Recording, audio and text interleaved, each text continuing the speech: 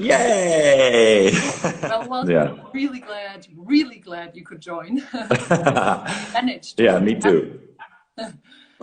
Thank you so much for making the time and Yeah, for sure. Context Coffee Chat. Yeah, really, thanks for the invitation. Great to have you. Yeah, yeah. All right, let's dive right into it. Hmm.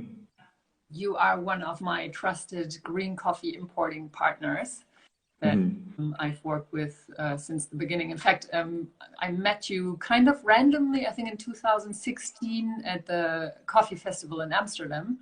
Yeah. And ever since that time, I've just basically waited for the point in time chance to actually make that connection and start working with you because I'm just so convinced by how you do business, and that's why I invited you today, essentially, to hear firsthand from you. I think the first question that some people might wonder, some people who aren't in this line of work, is what does a green coffee importer do? And maybe Yeah. in connection with the answer to that question, you can also tell us a little bit about how you became a green coffee importer. Yeah. That's a good first question. Um, yeah, I think those two stories are very connected because um, the initial idea for this setup was to um, help roasters circumvent importers because I saw sort of what the middlemen in the business actually prevented most of the cases. So I I was so focused on the things that the middlemen didn't do or did wrong. Basically, the inequality that is created in the chain by keeping the people who produce coffee and people who are passionate about coffee, keeping them separated, which of course is why direct trade exists. And so I wanted to support direct trade. And then slowly, so what I did, I started working with Rwandan producers and telling their story and seeing if I could somehow facilitate the trade by getting certain roasters together, having them cooperate, fill a container together, and then see if there's yeah if there's enough interest, maybe get some samples to them. But it turned out, first of all, people didn't know me, so they were like, "Who the hell is this guy? And why should I trust him to get coffee? Well, if I give this guy my money and the coffee is still in Rwanda, then yeah, that's a huge risk." So at some point, I kind of realized that people weren't going to buy coffee in Rwanda. I had to get it to the Netherlands, and then it would be a different story. So then you start realizing, okay, this is actually very valuable work that an importer does. Classically, what a green coffee importer does, right? Exactly, yeah. So They've it offers you the possibility to try and test coffee without so much risk involved by starting out buying from a warehouse in Rotterdam and not in Kigali. So, but that means that the risk is then on me, and that also kind of justifies a an increase in price as well.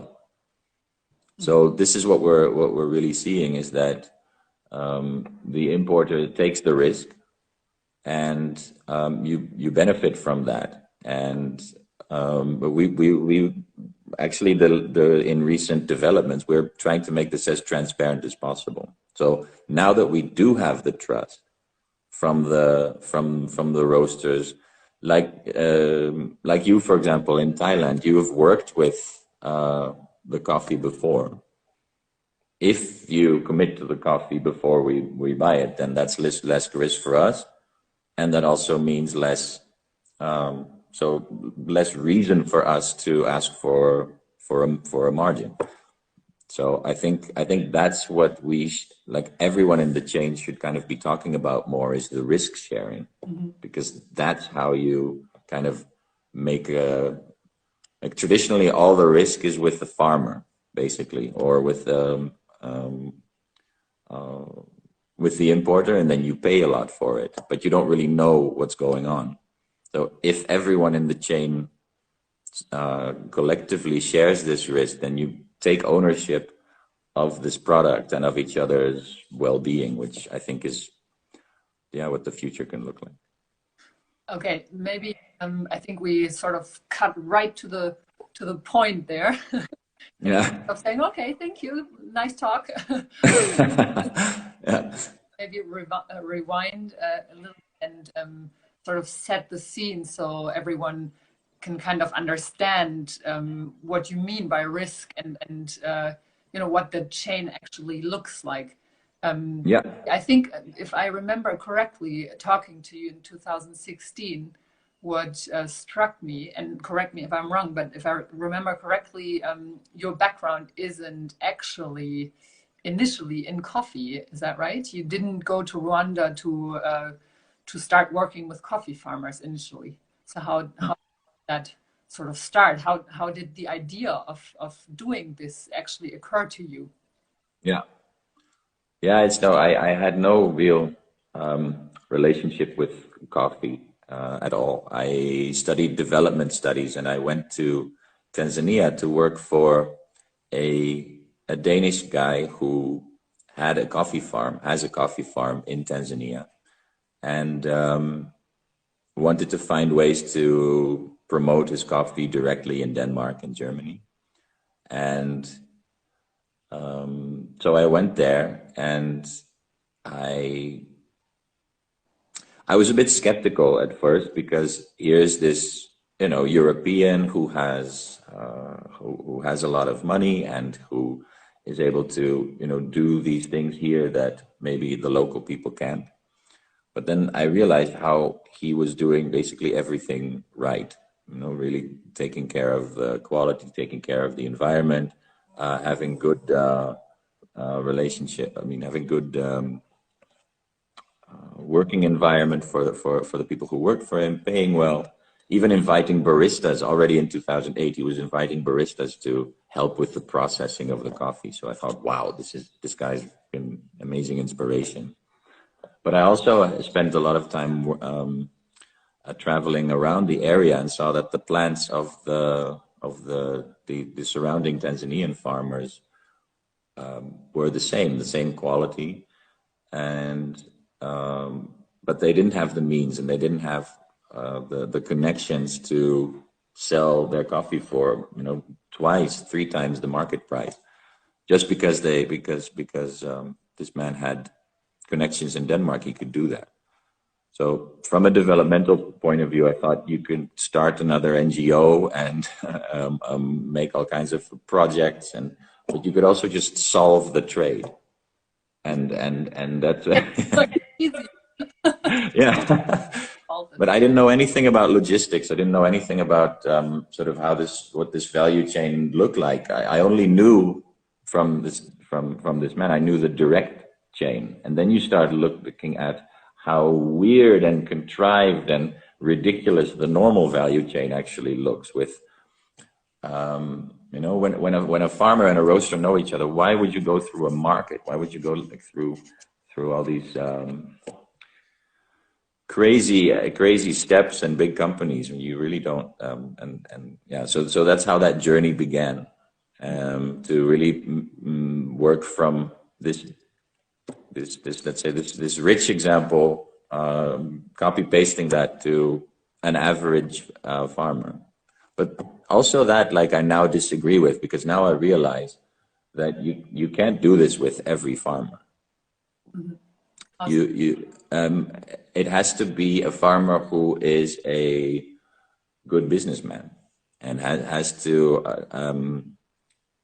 basically also have the same ideals as us, as the roasters, like building community, not being in it just for the money. Because there are asshole middlemen, but there are also asshole farmers. There are also and people who are just and also local middlemen. Like it's really about creating a family of people who think the same. Here's a Ecoland producer from Sri Lanka. Good example of somebody who could just be like a friend who could have like a lot of talks with and think the same about the environment, and also our businessmen. So there is also a formula of who you work with, or who, because I think a lot of the traditional NGO work is aimed at helping everyone. Mm-hmm. And also helping the bottom of the pyramid, helping everyone. But if people don't really want to be helped, there's just too much energy put into pushing people the right way. And we've also tried this, and it just doesn't work. And when you work with people like I don't know, I think I saw Adri from On Tesoro Coffee, and now I see Komal from South Indian Coffee Company. If you work with local partners who feel it feels like being in the same company. You know, we don't have the means, we don't have the capacity to go out and talk to all the farmers, but we have amazing people in the chain who take care of the export, to understand the local context, and yeah, so essentially help the whole chain along. Yeah, you're right, is that having shared values between the partners you work with seems to be the key to make this version of direct trade work then. Exactly. And that includes you. That includes I mean, if you were just in it for sort of the best tasting coffee and the highest cup score and this, then that also doesn't work. Then that's also, then this setup is not the partner. It's really about creating these partnerships and believing in working together in the long term. So actually, just as a run-up to our conversation, I went through your website one more time and read through your vision, and really sort of resonated with me was the idea of more or less, as a company, describe your product, that's what you say, and then the people who are interested in your product and how you do things will sort of find you and will yes. Yeah, just like happened, what happened with us when I met you and heard you talk about what you do. It'll resonate with them, and then things will happen organically rather than trying to aggressively push your product and your way as the way to do things into the market, and then, have world coffee donation as your end goal. Yeah.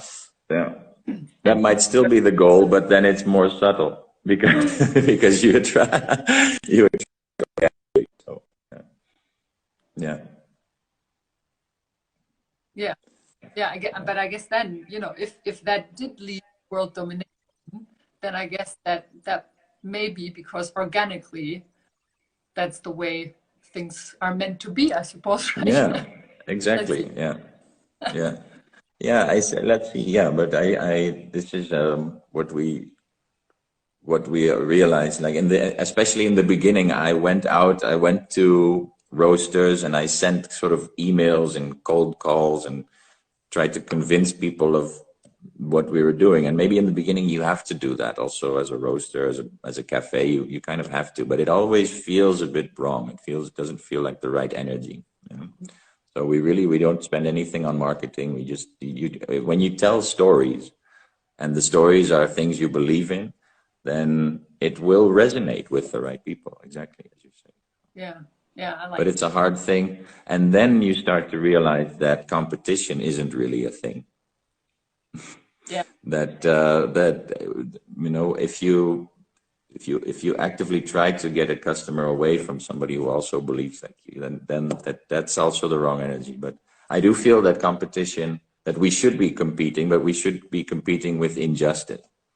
Mm-hmm. We should be competing with the large companies who are actively keeping a system of poverty in place. So, yeah. There needs to be some form of aggression also in our tree hugging good doing world, because we are fighting, we are in a fight. Yeah. And but the fight is yeah is one little battle by little battle, by just, you know, letting people taste the difference and letting people really sort of become a part of this vision. Yeah, I guess, you know, the aggression in that context also stems from a ticking clock, if you will, right? To sort of end the inequity in our industry, and sort of finally get to a place where where we can actually interact with coffee producers as equal partners, because they have the same sort of access. Just what you said in the beginning of our conversation, looking at your friend in Tanzania, you know, who came there as an expat and started everything he could because he had access to information, Yeah. to money, to education, to the market, essentially. And then at his neighbors, you know, born and raised where they live, probably in Tanzania, maybe on a family farm that has been in the family for generations, and that just simply don't have the same sort of access. And I think that's part of our responsibility to solve those issues Yeah. surrounding access to equal opportunities. No. Yeah. Yeah. Yeah. Exactly. Then let's look at your, because you've mentioned the role of the middleman a couple of times now. So if we just look briefly at the coffee value chain, there is no such thing as the coffee value chain, right? It just always depends on the sort of context we're in. But usually there's a coffee producer at origin who grows the coffee, and then in the ideal world, as you said, there would be a roaster on the other side of the value chain who buys directly from the, and everyone's happy, passes it on to the consumer, and the profits stay in a really short value chain, and the farmer gets, you know, 50-50 or whatever. That's the ideal world. But reality does look a little bit differently, doesn't it? Yeah. Tell us about that. It's true. And also, so let's see where to start. Like, the reality is right now that you have 70% of farmers in the world producing coffee for less than and then getting a price that is less than the price that it costs. So most farmers, when given the opportunity, will leave coffee farming. That's the reality, and that reality is kept in place by these large structures that, you know, not beating around the bush. They stem from the colonial times. They stem from a mercantilist system based on exploitation, where you know, land was basically, foreign land was basically just looted to get the produce. And then from what was usually a slave market, it went to being, let's say, a capitalist system where large trading houses and large coffee companies basically call all the shots. End of the 19th century, the sea market was created. And the sea market was created to mediate risk for large coffee buyers and for speculators. What's the sea market? The sea market is the commodity trading coffee for coffee. So at some point, there were all these different prices for coffee because coffee became so big, and it made sense for people to trade it in a single place. But that, of course, then puts even more risk in the hands of the coffee farmer, because in this, somewhere in the middle of the chain, you have all the risk, let's say, fluctuating, but the farmer has no control of it whatsoever. Mhm. Farmer just has to sit back and take a certain price. And since the end of the 80s, that price has just gone down and down. I mean, sometimes it spikes up, but in general, the coffee price is very low and has no relation to how much it actually costs the farmer to produce. So that's the world where we live in now, and this is fantastic actually for large companies because they can, yeah, they can speculate, they can get they can add a lot of value there. But for the world, if you think it from it as a system, there is no money to invest in the future of coffee. There's no money to invest in quality. There's no money to invest in regenerating the land. So coffee, just like most other agricultural products, is subject to a lot of once farmers have money, they are enticed or forced to use pesticides and to use let's say modern ways of agriculture, which are actually very destructive. So And why is that? To increase output, to increase output on this in the short term at some point, because the thing is this whole system is a bit of a scam, because in the beginning you will have more output when you put in fertilizers and pesticides, but very soon you'll find that your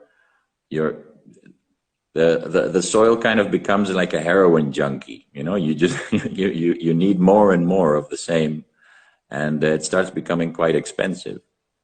Our farmers in Colombia, they pay a lot. They pay a lot for these nitrogen and for these potassium fertilizers that are industrially produced. And it takes, now we're transitioning to organic farming, and it takes a long time for the soil to become healthy again. So with this current system, you hardly have money to invest in this. So in the long run, also for these huge corporates, this is not sustainable. And slowly they are starting to see it, but it's in there because shareholder value is the main thing that drives them. The longer they wait to make real change, the better for their profits. So that's the reality. And at the same time, you see that this whole system, this whole kind of historically made very top-down system is not necessary anymore in the time of internet, in the time of making direct connections. I mean, you talk personally with Stefan Katungole in Uganda, with Tawat in Thailand. That's the way that we should be doing business, with equal entrepreneurs, with people in the value chain who care about each other's well-being. And that exists. We can do that. And the price in the end is, you know, it's not even that different. So, yeah. I couldn't agree more. And this is, I think, where it becomes interesting, you know, why in this context we are talking to each other. Because hearing you say that, you know, trading directly, that's how it should be, obviously leaves us with the question, why do we need you?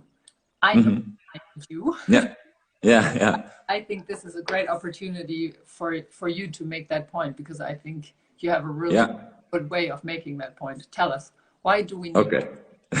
Okay, now, yeah,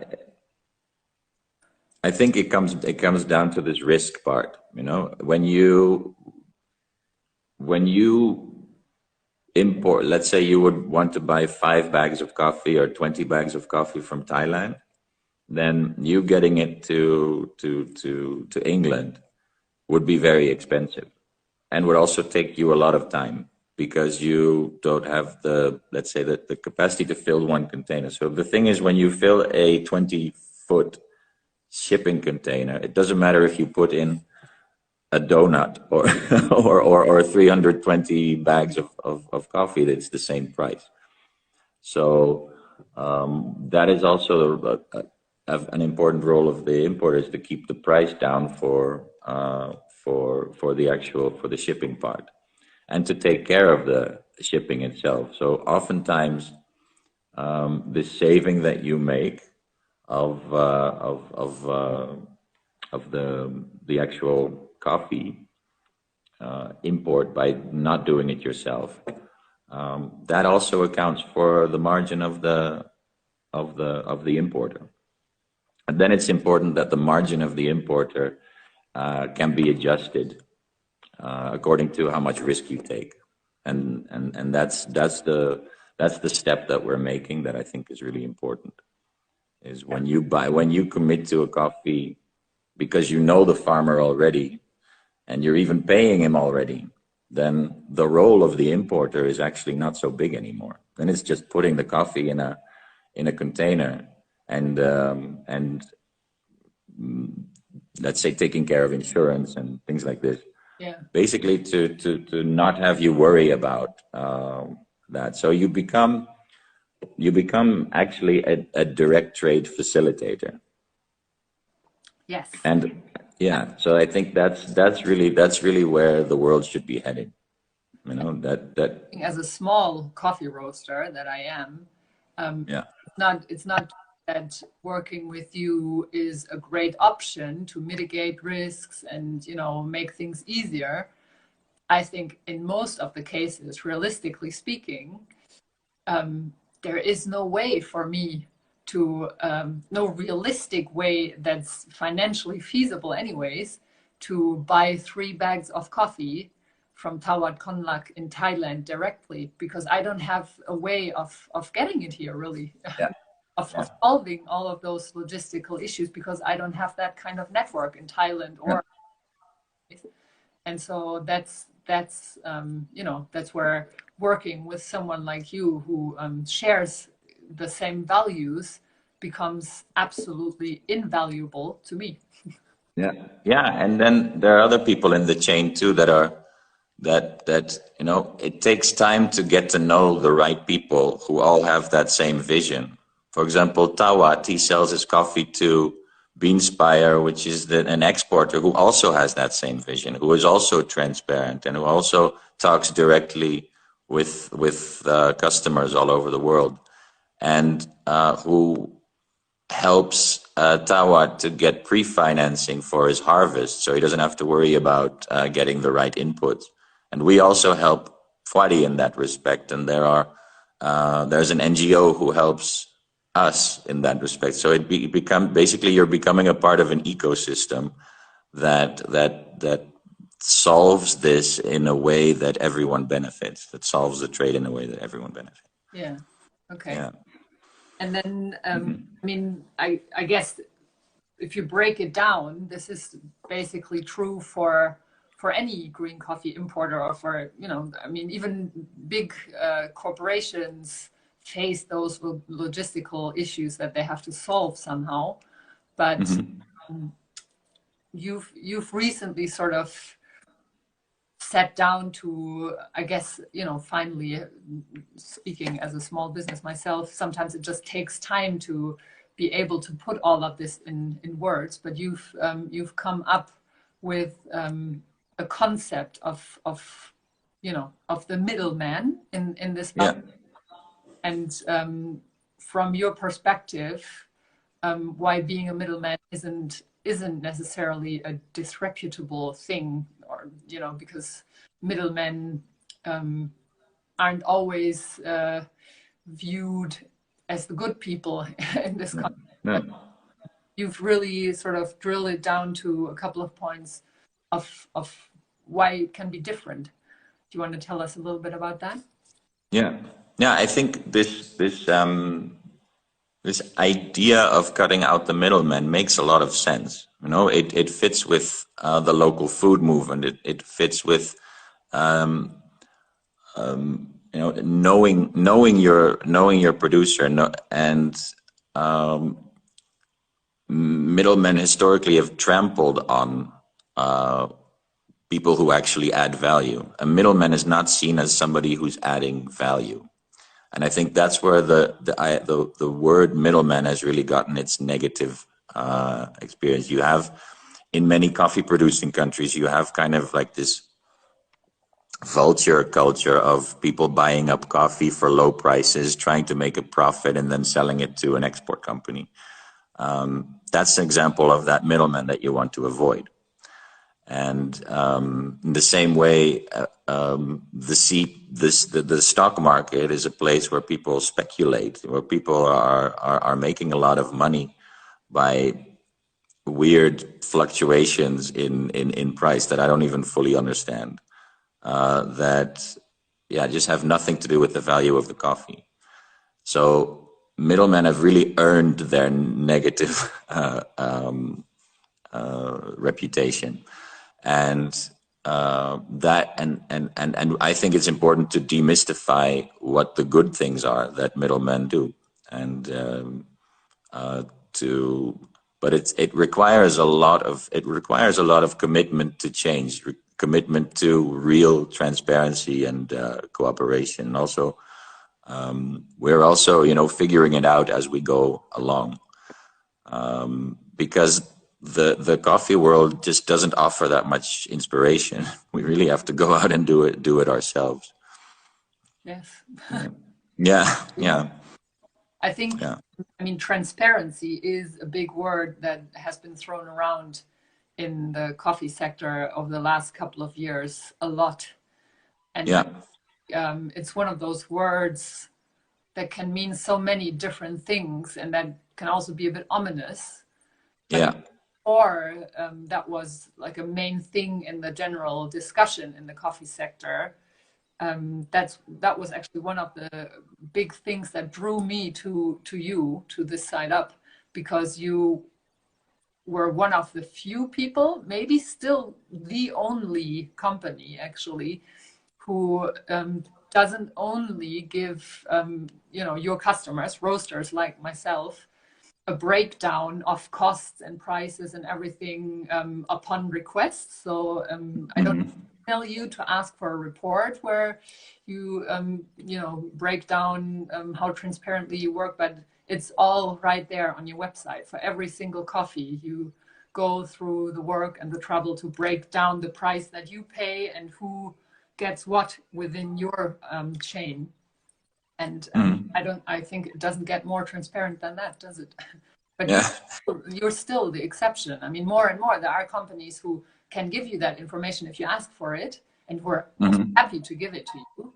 But there are also a lot of companies who will say, yes, they have all this information and can share it with you if you want to. But then if you ask, it doesn't always really happen. No, it's funny because in the beginning, when we started doing this from the beginning, but there was some fear there. What will people think of the margin that we ask for? And I think that's the reason why the industry hasn't gone past publishing maybe the prices paid to farmer, or the prices paid FOB, or something like this, because people they're afraid to show what they earn. And I think when you're afraid to show it, you might think that you don't deserve as much, or you maybe haven't thought about it that much. Because what actually happens when you publish everything for every coffee is you create this accountability system for yourself, which is fantastic. You don't just ask for a margin for over a certain reason, but you think, why am I entitled to this? What am I actually doing for this margin? And when companies start to think like that, then all kinds, you get rid of all the politics around trying to sell your coffee, because it's just all there. There's no story internally and a story externally. It's the same thing. It's like looking at a mirror, really, isn't it? Yeah. You have to buy it in front of yourself first, and then the world. Yeah. And there are importers who say, well, farmers don't want us to publish the prices, because then other farmers, they might get into trouble with this. But that's just not true. It's not true in practice. We've seen the exact opposite, is that when people see that high prices are paid in a certain area, then that creates kind of an upward effect. Oh, so apparently I can ask this price and there are people willing to pay for it. So that it becomes kind of a movement. It's like, I'm not going to accept this low price anymore. So it is really important that this transparency thing just is not just spread so that farmers can see it and roasters can see it, but that the whole chain is visible. Yeah. And if you, yeah, and actually, because we didn't have money for marketing and we didn't have any way to any other way to show that people can trust us, this transparency actually became our only marketing. Like, we're super proud of these high prices that we pay, and we think we're asking for a relatively okay margin. So then you shout it. You want to show it. So yeah, and yeah. you know, I think I can definitely see how that took braveness to do that, but I think, as you said, I have to come back to it. I think the people who share your value on each end of the value chain will appreciate this in a way that draws them to you, and that, you know, makes them want to do business with you, because they find themselves in what you do. Definitely. Yeah. Yeah. What I do think, you know, is an important aspect about transparency is that just putting the information out there is a good step. It's a first step, but then I guess you have to have a context to that information to be able to make sense of it, don't you? Because what you pay one farmer in one country doesn't necessarily compare directly to what you pay another farmer in another country, because the circumstances in which they live and produce that coffee are so widely different that that's something that you have to know to be able to make sense of the prices you pay and the costs that you incur getting the coffee from here to there. And that's still something that's, even for me as someone who's been working in the coffee industry for about 10 years now, that's at times really hard to wrap my head around, you know, these prices. You know, I have a context because I know from year to year how that might change and how the dollar might influence currency exchange and all of that. But even I can't really always gauge whether the prices the farmers get paid are fair, because I don't know anything about cost of living, their cost of production. How do you go about getting that information so you actually know what a fair price to pay your farmers is? Yeah. That's also a nut that we haven't fully cracked yet, because I think a large part of that it starts with just having sincere conversations with the farmers. For some reason, you know, now there's a lot of talks about living income, which I don't really like, because it's, you know, when you start talking about an income that is at all livable for a farmer, then that really means you're trying to really set the lowest bar. When you talk to a farmer and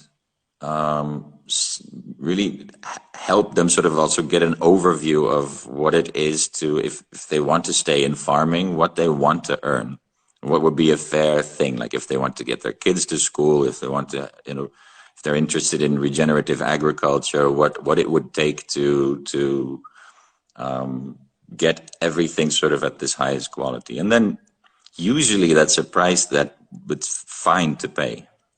So that's why we've kind of kept out of this living income discussion up to now. But it is important. It is important to have a finger on the pulse all the time, because not always, you know, especially in the beginning when you don't have this really sort of, let's say, it takes years to build trust among among farmers, and then maybe they're afraid to say that they actually need more. So you need to go out and actively, ask for this as well.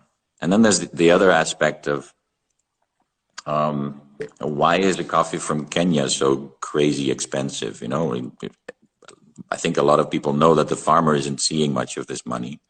So it's, again, like, you need that transparency. Also, you need to know what's happening in the chain, and maybe not just blindly accept it, but maybe reject Kenyan coffee if you don't want these middlemen to earn so much coffee. Or and the coffee from Thailand is also very expensive, but that makes more sense because the cost of living in Thailand is very high. It's a middle income country. Same for Costa Rica. So there's a lot of context indeed that you need to go through before you understand the price of coffee. And then there's stupid things like a shortage of containers in Asia that is making the shipping prices for Asian coffees 4 times as expensive as normal. Then that will also add some sense to container getting stuck in the Suez Channel, right? Yeah, exactly. Yeah, this type of stupid things. But yeah, it does. I think like it. When we talk about this, it also brings more respect to the work that we're doing for roasters and for people in the chain, because this is really a boring part of coffee trade, basically. The fun is especially in the farming and the processing and in the roasting and in the tasting, and this is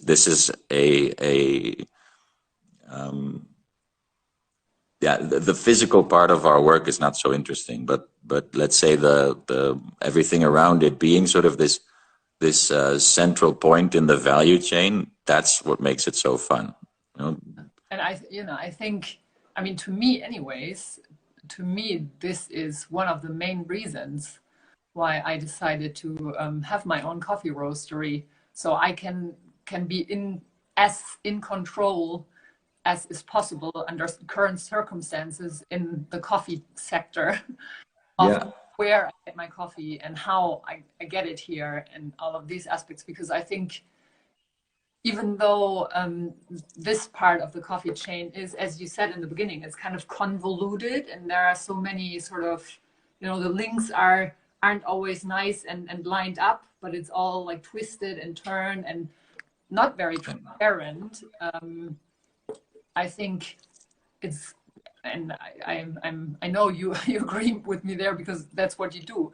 It's super, super, super important to straighten out that convoluted chain and actually start and make sense of why the things work the way they do and why they should work differently in some ways as well, right?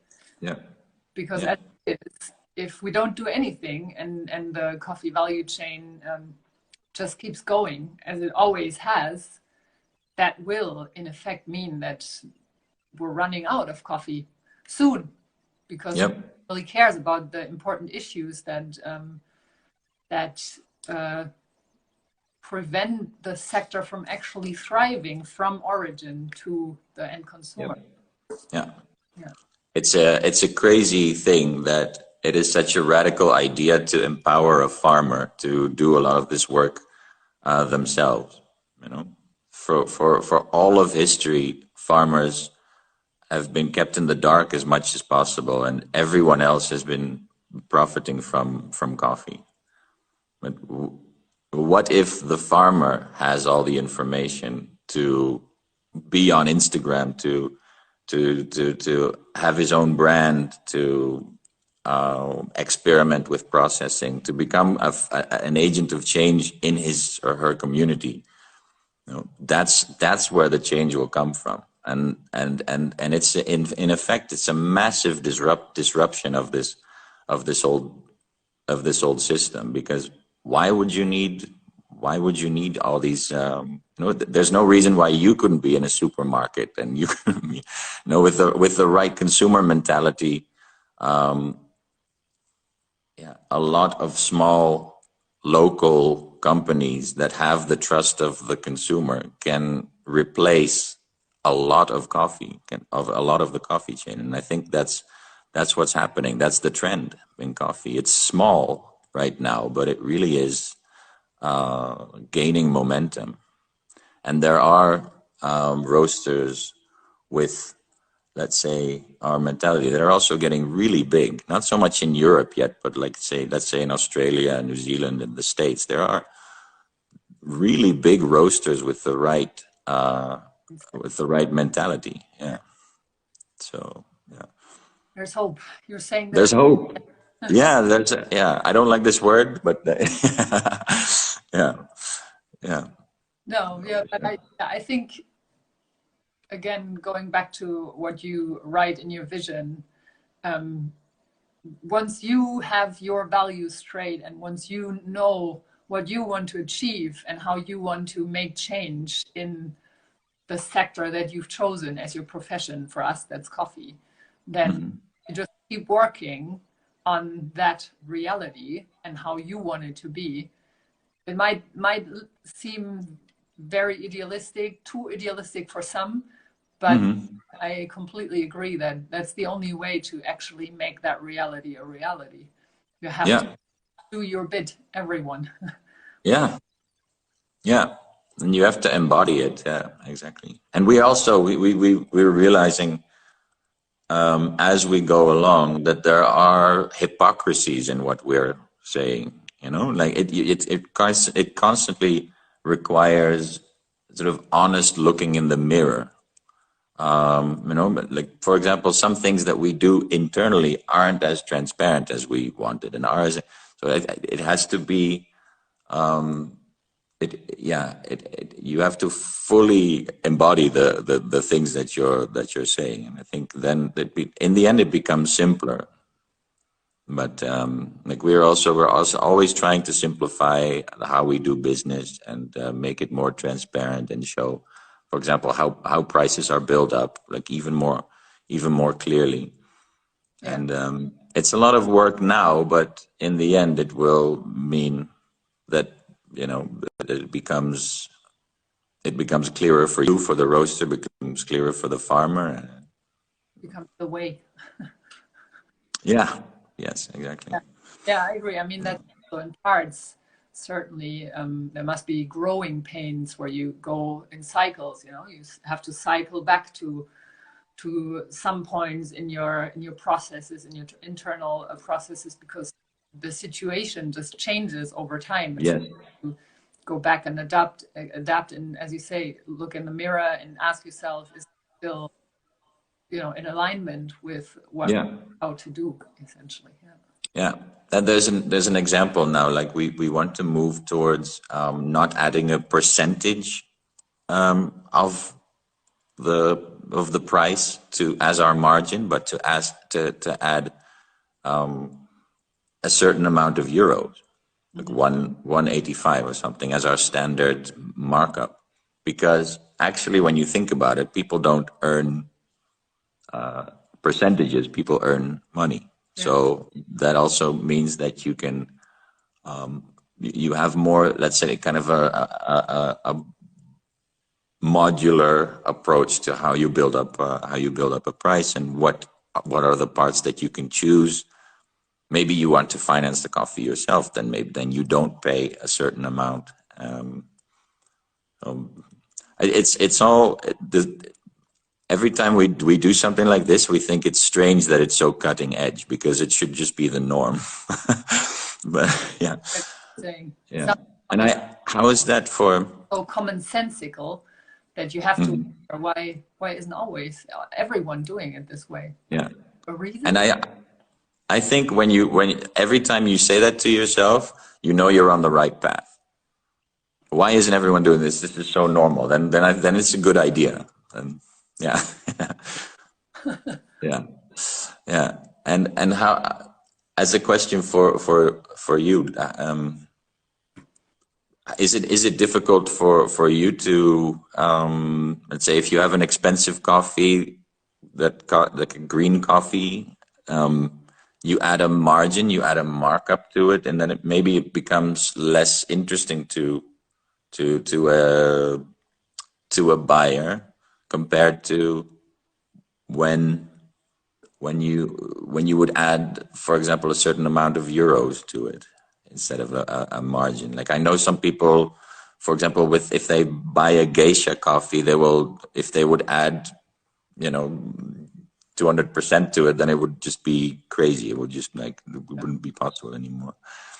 Um, how do you do That's this? a good question. I guess that is, I mean, on a different level, the same question that you're asking yourselves right now. The honest answer is I don't know how that would impact interest. I think for me, because I'm still such a young company, building prices has a lot to do with trust. So whether I have the trust of my customers, that they believe that my margins are fair and are okay. And once I have that trust, then maybe if I buy in more expensive coffees and therefore have to sell them at a higher price than what they might usually be used to from me, if I have that trust, then I would think and hope that they would believe that it's still a markup. But I do kind of feel, because I am so young and the pandemic has also, stretched out everything and made it more slow in terms of growing and all of that, that I'm at a point where I just simply don't know whether I have built up that trust successfully yet. Yeah. But something that I do think about. Yeah. Some coffees that are on my wish list, so to speak, for some reason or another, where I do feel like if I introduce them right now, I'm not sure that my customer base would be up for paying the price that I would have to ask. Yeah. Yeah. Yeah. Or maybe you there is a growing movement of roasters also who, like us, just transparently break down the whole price, and that makes that discussion, maybe in the beginning it's a bit scary, just like I just said, but it makes the discussion easier in the end, because people know exactly what you're doing and why you're asking this price. Yeah. So that for us, transparency was our main the main reason people trust us so much. Yeah, definitely. It's the easiest way to trust. Yeah. Yeah. Yeah. Yeah. Yeah, So. I agree. That's definitely something to take on board. And, if that's something that I like about you, then that is definitely something that and that's always been the plan, to sort of continue that line of transparency. I think, and I would imagine these are thoughts that you have sort of struggled with when you made the decision as well. I do, because I'm struggling myself still to understand the context of how those prices come to be, like in their entirety, from farm to cup. Yeah. How much harder must it be for the end consumer to make sense of those prices? No, because also they don't actually on an everyday basis have access to all of the information that is needed to understand how those prices actually come to pass. No. No. And then the trick is really to balance giving giving an easy overview of all this information in a way that people who maybe don't have a large attention span still understand it. So yeah, what they say, like an average coffee drinker has 10 seconds for the story, so try to get it all in those 10 seconds. Like, yeah. And also from my perspective, when I first started thinking about how to do this, I did actually take your model as an example of how I would want to do things. I also quickly realized that because I'm not exclusively working with you and your coffees, if I can provide that transparency for the coffees that I buy through you, but I have a harder time doing the same thing for some of the other coffees that I buy in, because it's, you know, the information isn't there at the same level, even though I work with partners that I trust, that I know do a good and a fair job. But Yeah. to get transparency at that level that you provide is still a very rare thing in our industry.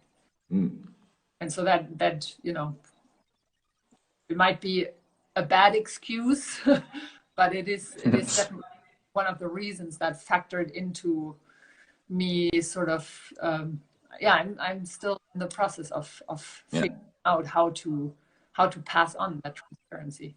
Yeah, and I think that's why roasters like you have such an important role in also inspiring other importers to just do this. You know, when it becomes a reason for you at some point not to buy a coffee, and you share that with them, because I can't. Then they're going to scratch their heads and say, like, okay, why aren't we doing this? Yeah, you're right. Yeah. Absolutely. And I guess I did see a question that goes right into that line of thought from the audience.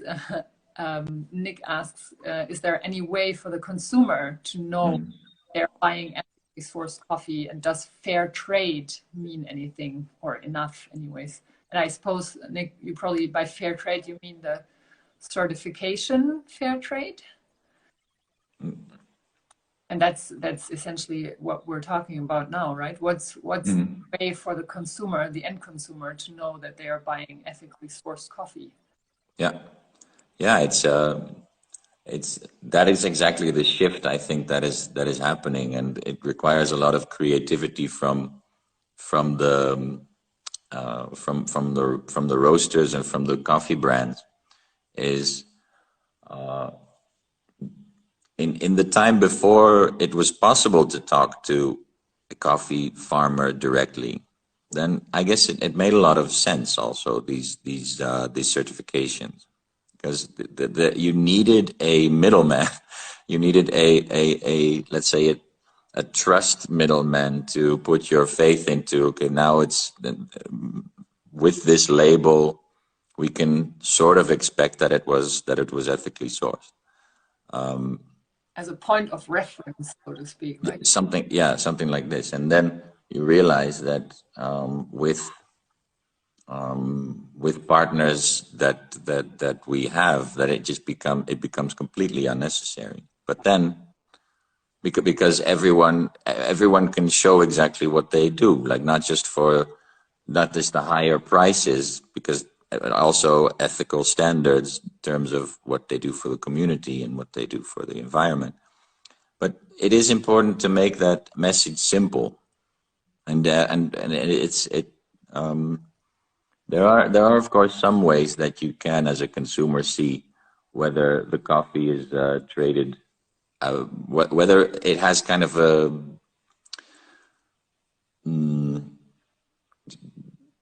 let's say a direct, like a slightly easier way to see whether it's sourced well is, for example, a roast date on the coffee. I mean, if that's a form of transparency that already is rare when you think about the world supply of coffee. The problem with a lot of the stories of the fair trade coffees is you see the picture of a farmer. It probably isn't the farmer that actually that actually grew the coffee. There's a story on the back. It doesn't probably tell you more than that the coffee is from Colombia or from this and that. So, in general, the more information you get, the better. And what I also find is a really good way to sort of filter out the bullshit is to try to go deeper, to pretend you're an investigative journalist, and go on a journey on the internet to see how much of the information you can actually get. So you go to the Nespresso AAA program, and after a few clicks, you come up to a smoke screen or some kind of contact our customer service or something if you want to know more. If people are actually doing good and actually care, then the more you click, the more information you get, the more sort of details and nerdiness and everything you will get around this coffee. So, but that then also requires us all to see to let's say overestimate the consumer a bit, you know, because I see, like, personally, you know, I don't like as a consumer to be taken advantage of, and I see a lot of marketing that is aimed at me. Like, I just don't buy it, and there are a lot of others like us. There's a lot of others like me, like you, who don't want to be scammed, who kind of, you know, when they see these messages about, like, this smiling coffee farmer, is like, something is off, something is wrong here. So to have that trust and to really, like, tell as much of the story as we can in a way that is honest but also fun, you know, in a way that captures the imagination. So with good pictures, with good, you know, we can use those same methods as the large companies, and to make it attractive, to make your packaging attractive, and especially the taste of the coffee. I mean, that's of course what sets our industry apart from, for example, the sugar industry. It's much harder to to taste the difference between fairly sourced sugar and and unethically sourced sugar. Like, with coffee, you can taste it too. It's amazing. That's true. I've never thought about it that way. Yeah, yeah, yeah. Yeah, that is true. Yeah, so essentially, what you're saying, or what we're coming back to, is the level, the depth of transparency that you get from the product you're looking at as a consumer. But again, as you said, I mean, this doesn't only apply to coffee in the end, does it? It applies to every single product Everything. you find in the Yeah. store. Yeah. So it's our responsibility to make this transparency accessible to the end consumer who picks up a product in the supermarket or wherever they buy our products. Mm-hmm. Look at them briefly, because let's face it, nobody has the time to research every single product that they're interested in buying on that. No. Right? No. No, but this would actually be an interesting question to pass back to our customers as well, to ask them, what would you say, what do you need from us to believe that we're actually, you know, not making up a story, yeah, inventing information, but that this transparency actually back to a legitimate source in the end, right? yeah, yeah. Because of all the information that's out there in this world, I know as a consumer myself, it's really, really hard to weed out the crap, the bullshit, and sort through it to find authentic information. Yeah. I think we can find a lot of inspiration in the local food movement, because in essence, what you and I are doing is no different than the local food movement. It just happens to be that coffee doesn't come from Europe, but the principles are identical. And people are starting to really see the difference. You know, like the local food movement as a fantastic way of not, you know, it's hard to make fake local food.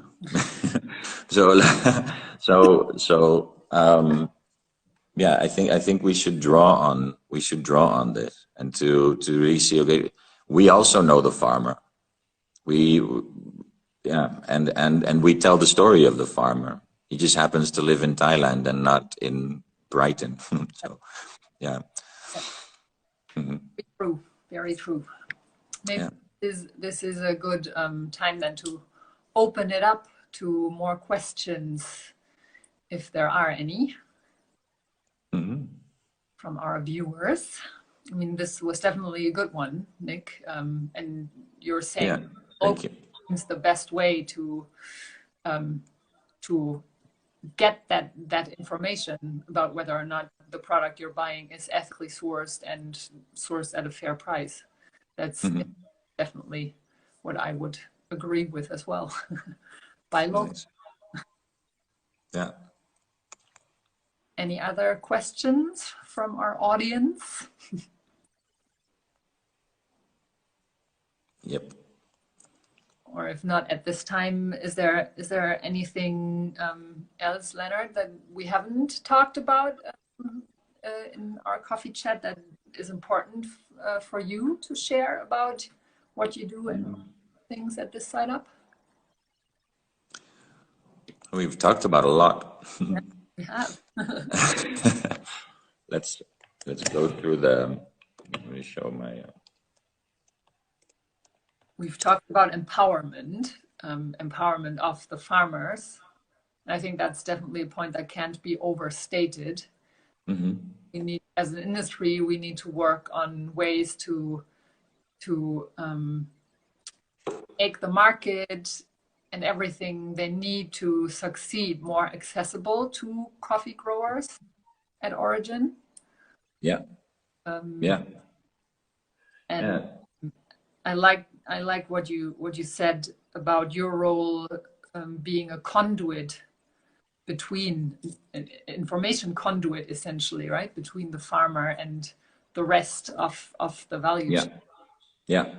Because that's what you need to have access. Yeah. I would think, as a coffee farmer. That's a great thing for I think a new type of importer or a facilitator to realize is that in this way we don't have to defend our margins. That's always kind of the case, we are necessary in the middle because we do these quality controls and we provide good service, and yes, that's all true.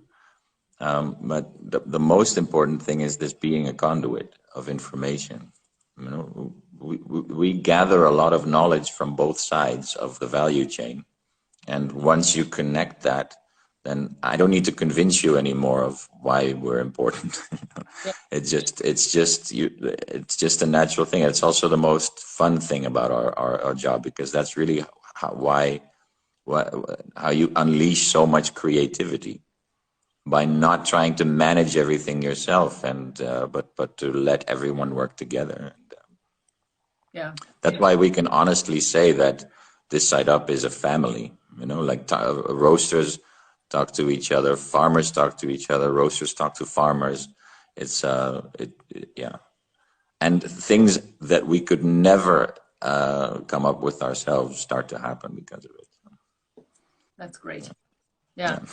I like that, and I agree. If it wasn't for you, for partners like you, then it would be impossible for me as a small roaster to get those coffees, get those qualities in coffees, and also have direct contact to the actual farmer as well. Yeah.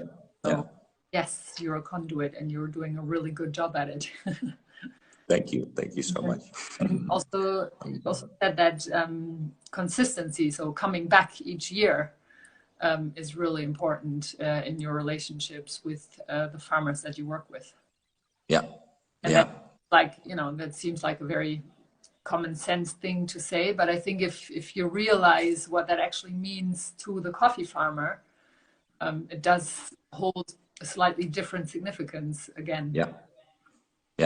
I honestly think that that's really what sets us apart from other importers, is that it's not even about coffee.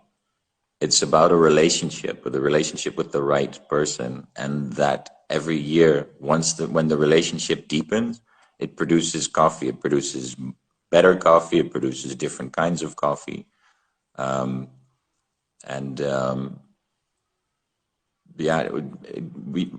I've seen how specialty coffee can do more harm than good, when people invest a lot in getting up to a certain quality level, and then not having the buyers come back, and then having to sell this overpriced coffee, too good coffee to the local market.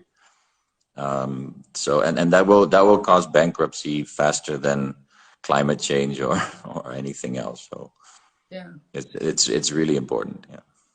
And I guess even beyond that, it also means that, I mean, kind of like in a marriage, really, isn't it? It's through good times and through bad times. Yes, exactly. Are Yeah. things happening at origin frequently, even, you know, more and more frequently, that are out of the farmer's hands, but that have huge impact on their coffee harvest and the quality that they are able to produce. And one of those things is climate change. Yes. If Yeah. the weather changes in a way that impacts the coffee harvest negatively or positively, the farmer can't do anything about that, and it will impact the quality he's able to produce. But if he has partners like you, who he can rely on coming back and buying that coffee anyways, then that's a sort of planning security that gives farmers that he might not otherwise have. Yeah. Yeah. It really becomes a dialogue, and because you get to know each other deeper and deeper, there's a back and forth about what's actually needed in this context and what has priority. Yeah. So we don't go and dictate what needs to happen. You know, like is also currently the norm from, let's say, from the NGO perspective, is the developing world should do this and should do that, but what is actually, you know, needed on the farm? Maybe good water management will solve a lot of problems. Maybe planting a few trees to get birds back will save a lot of berries from pests or anything, you know. And maybe the farmers don't know this, or maybe they do know it, but maybe they know it in Ethiopia and not in Indonesia or something like this. So this whole the development becomes a dialogue and not a plan or a program. Yeah. And all of that has to start with high prices every year, because otherwise you can't make this commitment to a farmer, and you can't talk about reforestation or something like this, because all these things, they take 5 to 10 years. So and yeah. Simple as that, right? You need fun to achieve all that. Yeah, exactly. Yeah. Yeah. Okay. Well, yeah, it's been a super interesting conversation, and as you can tell, I wish it never ended. Going on for a while. Oh, we've been going on for a while. Yeah, it's true. I see it. Yeah, yeah. But hopefully, at some point, we can maybe continue it and pick it up again. Yeah, I mean, I personally, I can't get enough of these topics of why we do what we do and how we do what we do. I think they are so tremendously important. I love great coffee. I love good quality coffee. But you know, even beyond that, I think these are the topics that we need to talk about before discussing tasting notes for amazing coffees, because that's what will guarantee that these amazing tasting coffees are still there going forward. Yeah, I completely agree. So much. Thank you. Yeah, thank you for the invitation so much. And thank you for talking to me about it. All right. Hope to see you in real life sometime soon again. COVID permitting. Exactly. All right. Leonard, speak to you soon. Bye-bye. Thanks to everyone as well. All right. Thank you. Bye. Bye-bye.